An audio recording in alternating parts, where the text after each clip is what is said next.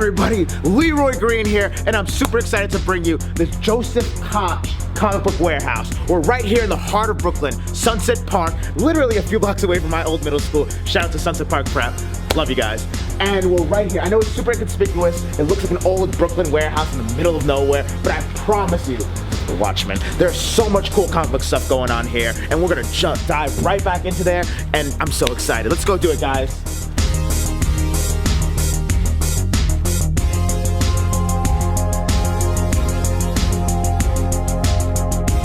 I mean, I've been here in Sunset Park for like forever, and like honestly, I have a bunch of friends and some family that actually live not too far from here, and I never knew about this spot.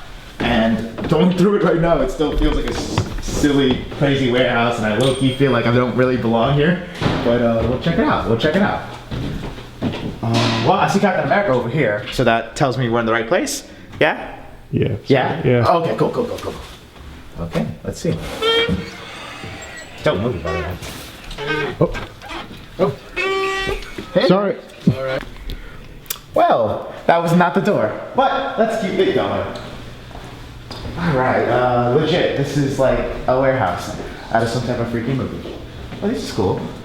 This is cool. I guess this is it. I don't know.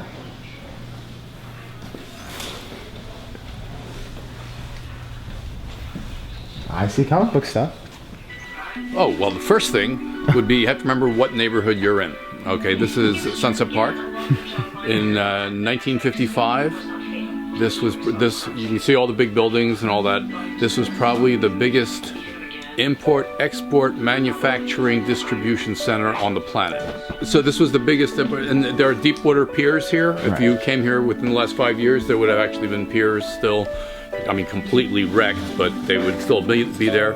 Right. So this was the place. I mean, on the whole planet, there was more stuff happening here than anywhere else.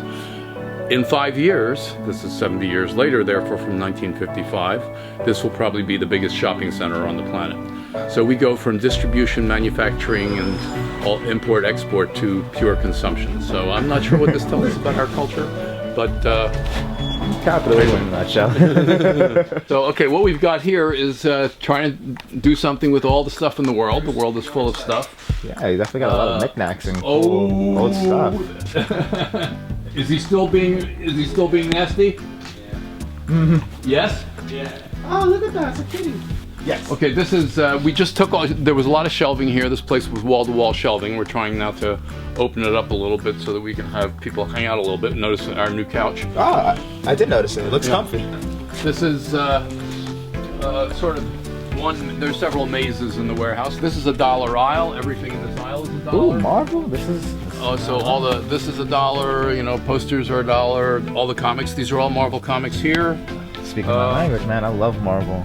And these are 2 shelves of collections that before people got a hold of it, they were in alphabetical and numerical order, but you know, people got a hold of them. The alphabet is fragile. There's another $1 aisle. This has a huge collection of sci-fi paperbacks. All right, so this is basically mostly in the back is stuff for $1. All the DVDs are mostly $2. Oh wow. This is all manga for $1. All the toys that are... Really? Yeah. Well, this is manga like in the comics, not the... Right. We have Taz. Giant Taz. Yes. Nice. Tasmanian Devil. Latest hot book is What If Conan Was in New York. Marvel just got Conan back as a licensed property, and all right. So we have some of those. So, and then back here, there is an alphabetical order that's about 1,200 boxes long that covers 1975 to 2000. So we have that in the back, and people go around with price guides because we sell everything at 20% below guide. And all this is collections. There's a whole 2 dark aisles of magazines where we can only spend our time tripping over everything. Oh man! But anyway, so that kind of gives you a thumbnail sketch. Yeah, this is like huge. How do you guys not get lost in this? Well, Bruce. That's Bruce. Bruce is the prince of the warehouse. Hey there. We friends? Yeah, see, there we go. Aw, yeah. I got 2 at home. Oh. So if you're the prince, can I be co-prince or something? Can we arrange something? You don't see stuff like this anymore. This is like straight from the movie, from Spider-Man 2, which for a long time was one of my favorite comic book movies, like, period. Now it's like, well, right now it's like Spider-Man Into the Spider-Verse. I just saw that and it's like amazing. But I also want to say Infinity War, but then it's like, don't make me choose between those two, because it's like, it's really tough. But Spider-Verse definitely has my heart and my soul. Like, people keep saying I'm Miles Morales, and I didn't see it, but then I saw the movie, and now sort of see it. I feel like my mom, my grandmother would love this spot, you know? Like, so much of this stuff is just a different generation, you know?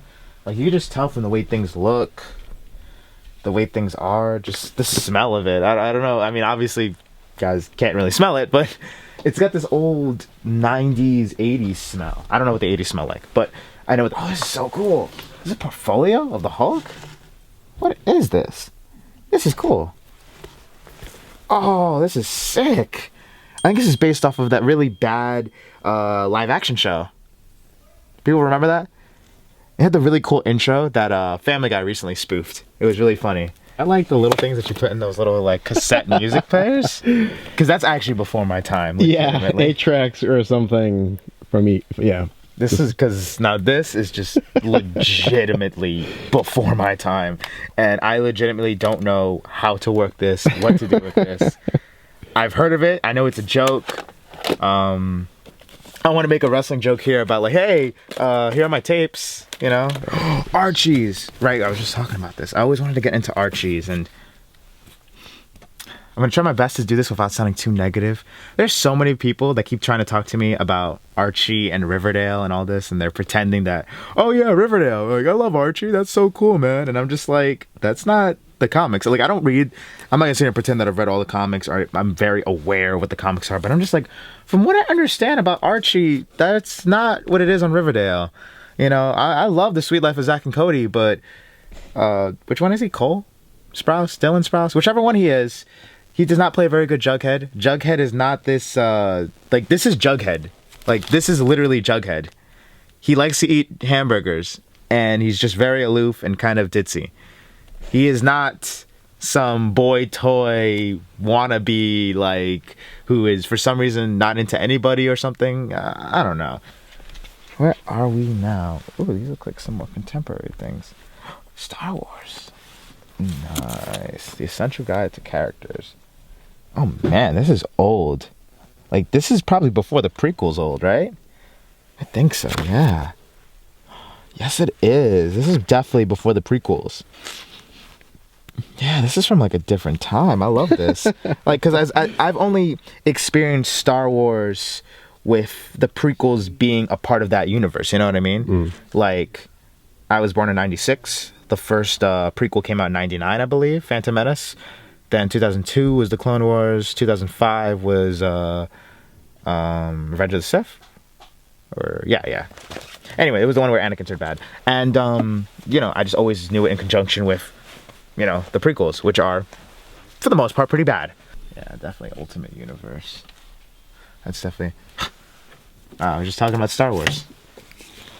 Phantom Menace. There you go. I remember the first time I tried to watch this movie.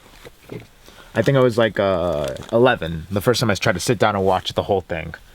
I am not exaggerating. I fell asleep. There was too much talking.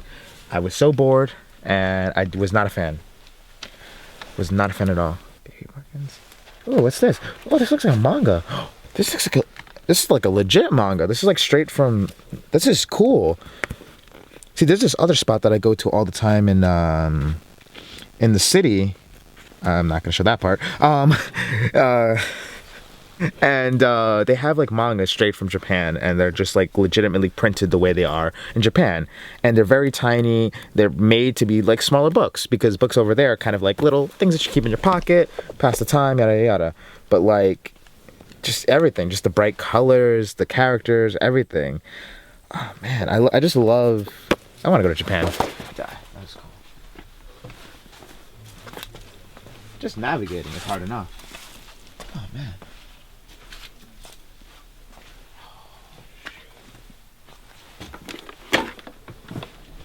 Yeah. Ah. I don't even know if I'm shooting this. I don't know what I'm doing. I think it's a super soaker. But I don't even know what you put in the water. I didn't have enough money for stuff like that as a kid. Look at the mystery machine.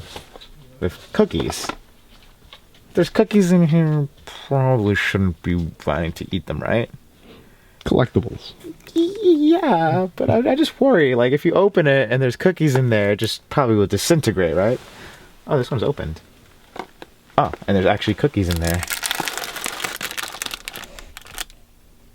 They kind of actually look tasty. I'm half tempted to eat it.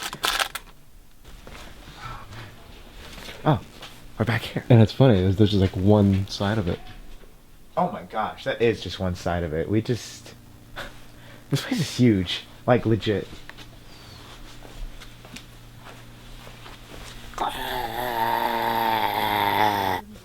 These look like some more contemporary issues. The Ultimate 3. Huh. I'm not familiar with that, actually. Oh, look, they're there. Ah, kitties. Hey, guys. You want to be friends? Please. I love you guys. Oh my gosh. Like, literally, this is gonna go on all day. Like, this is just comics after comics. Spider-Man. This is what I paid to see. This is a whole collection. Holy crap. This is a whole run. Number 40 to 80. $45. That's not bad. Yeah. It's literally about 40 issues. Oh, man. That's so cool. Ooh, Batman. Bloodlines. Yeah, I know most people's favorite superhero is Batman. Love Batman. He's a close second, but it's always gonna be Spider-Man, you know? To me, I don't know. I always thought that Spider-Man was just always a little bit more relatable. You know, Batman's low-key kind of a sociopath, you know? Like, parents died, decides to put on a whole costume and beat people up and cripple them and yada, yada, yada. But Spider-Man, you know, Uncle Ben dies and he feels like that's his own fault because he didn't take responsibility for having that great power. You know, great power comes great responsibility, yada, yada, yada. We've all heard it. But I think it's cool because he's this everyman that just tries to do the right thing. This everyman that gets beat up and knocked down, and he keeps going, and he keeps going, and he keeps going. And that's kind of like me, you know? I ain't the biggest guy in every single fight I'm in, but I keep going, and I keep taking hits, and I keep getting up. And that's what makes me me. That's what makes Peter Parker him, you know? And that's what we're gonna do. Gotta keep fighting the good fight.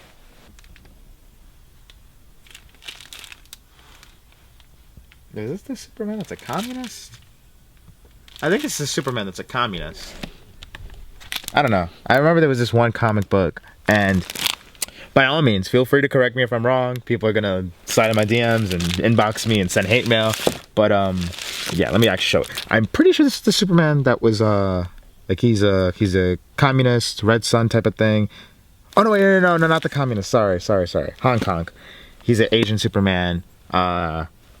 It's like a what if I guess if he fell in China instead of you know, in America, in Kansas. Let me see the cover to that. Yeah, no, seriously. Yeah, comic books are really weird, you know, and they kind of just do a lot of what ifs, and there's always, you know, different dimensions and stuff, and yada yada yada.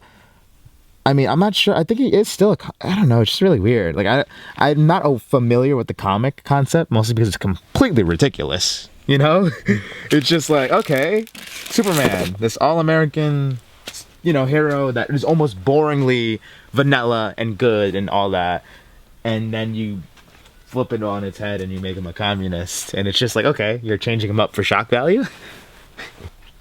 Just these covers alone are just like, they're just works of art, you know, like just, I don't know, I just love the panels. I love the bold. I love how the Hulk bleeds into everything else. I love everything about it, you know?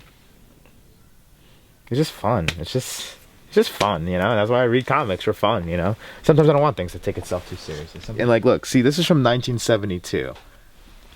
This is from 96. 2 months after I was born. Well, 3 months.